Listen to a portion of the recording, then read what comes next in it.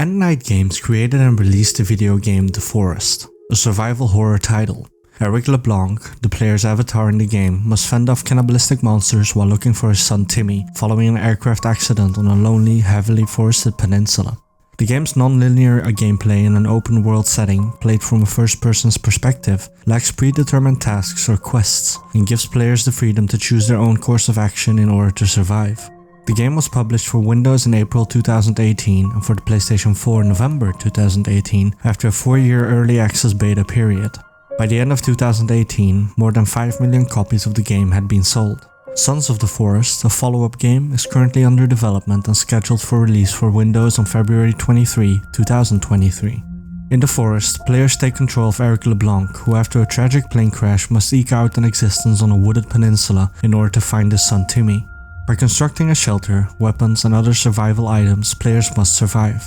A clan of cannibalistic mutants who live in villages on the peninsula's surface and deep caves underneath it live there with diverse wild species. They may not always be hostile towards the player, but their typical demeanor is antagonistic, especially at night. Players should consider whether the cannibalistic tribe on the peninsula is the player's enemy or the opposite.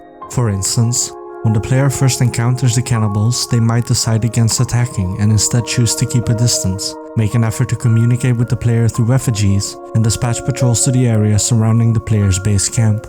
They frequently try to shield one another from harm, extinguish torches, encircle the player, take cover, carry wounded tribesmen to safety, maintain a safe distance, make tactical choices, avoid overextending into uncharted area, and occasionally give up in dread.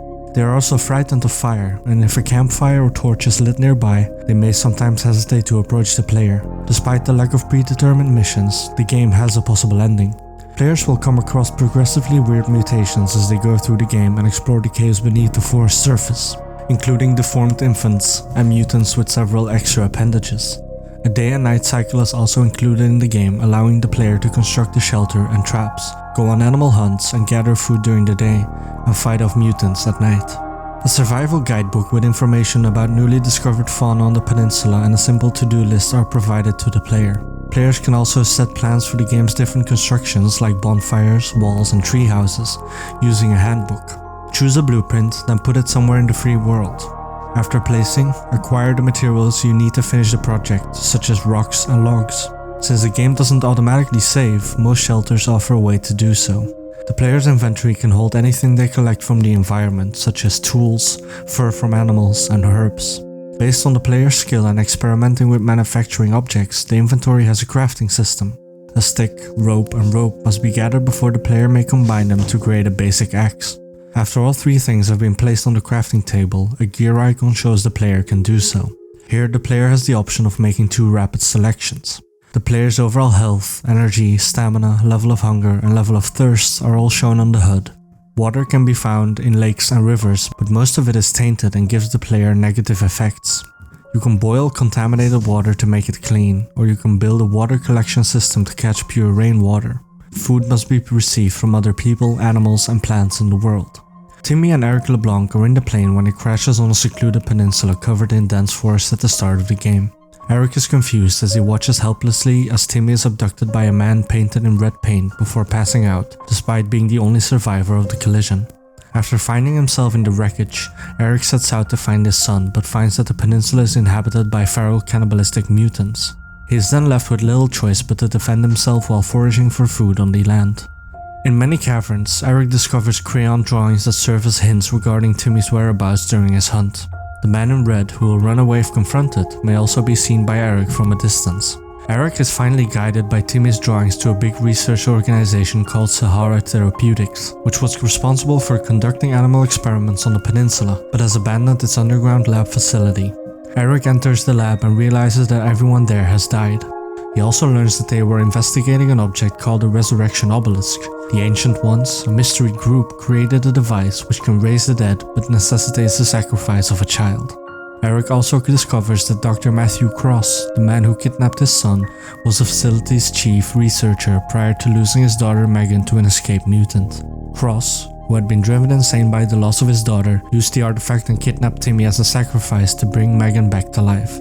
Timmy's body was inside the artifact, having already been sacrificed to resuscitate Megan, and Eric soon discovers Cross dead. Even though it's too late to save his kid, Eric recognizes that the artifact's machine can still be used to revive Timmy, so he ventures deeper inside the building in quest of a sacrifice.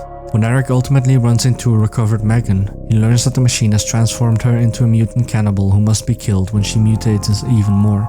He then makes an attempt to sacrifice Timmy using her dead body, but it eventually fails because a life sacrifice is needed. When he gets to the observatory of the facility, he finds a second relic called the Power Obelisk. This EMP device, which can bring down planes when activated, suggests that Cross may have used it to bring the plane down. The decision to turn on the artifact or turn it off is then presented to Eric as a passenger jet flies overhead. The game has two possible outcomes. 1. Eric is implied to have found a sacrifice to resuscitate Timmy if he uses the artifact to bring down the plane. After a year has passed, it appears that Eric and Timmy had been saved, and they are invited to appear on a talk program to promote Eric's book, which details his experiences on the peninsula. Timmy suddenly collapses and starts trembling erratically during the performance, appearing to be poised to mutate like Megan did. Timmy is consoled by Eric, and things go back to normal. Years later, an older Timmy is depicted at his apartment, still battling to control his mutations as he investigates an island marked Site 2. Number 2. Timmy would still be killed if Eric chose to shut down the artifact, but everyone else on the plane would be spared. Eric then departs from the facility and decides to let go by burning a picture of Timmy. After this last cutscene, the player regains control of Eric and continues the game by living on the peninsula. Cult movies like The Descent and Hannibal Holocaust, as well as computer games like Don't Starve, served as inspiration for The Forest, and was acknowledged in 2013 as a component of Steam Greenlight. Disney served as an inspiration for the game, according to Canadian makers and Night Games, who also stated that they did not want the game to be solely dark and dismal. The Oculus Rift virtual reality headset will be compatible with the game when it is finished. The development team said they wanted to steer clear of large multiplayer atmosphere previous games like DayZ and Rust after including a co-op gameplay option. The development team is experienced in visual effects, having contributed to movies like Tron Legacy and The Amazing Spider-Man 2.